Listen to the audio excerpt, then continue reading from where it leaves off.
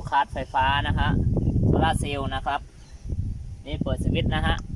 ตอนนี้ใส่แบต48 โวลต์นะครับ48 โวลต์20 แอมป์นะครับมอเตอร์นะครับ 1,000 วัตต์นะครับ48 โวลต์นะครับขับเคลื่อนนะฮะตัวมอเตอร์จะเป็นมอเตอร์บัลเลตนะครับซื้อมาราคา1,000 กว่าบาทนะครับตัวนี้ดีมากนะครับแรงนะฮะมาเปลี่ยนใหม่นะครับแต่ชุดฮับยังเหมือนเดิมนะครับผมไม่ได้ถอดออกแต่ว่าผมจะทำเป็นที่ปั่นไฟนะครับผมไม่ได้ถอดออกนะฮะติดในล้อเลยนะครับไปแล้วครับมาจับดีๆนะลูกนะเดี๋ยววันดูออกตัวนะฮะนะครับ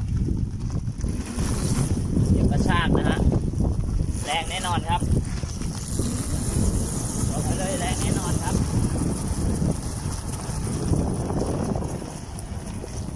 นะฮะขอแค่เหยียบนะครับ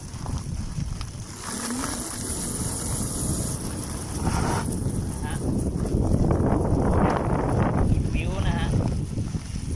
แรงจริงมอเตอร์ตัวนี้นะครับแรงจริงๆนะครับ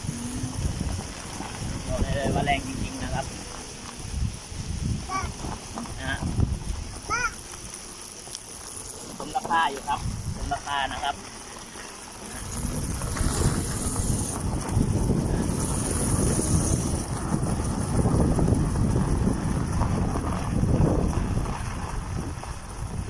โอเคนะครับทดลองให้ดูตอนนี้ก่อนนะครับปวดมือนะครับ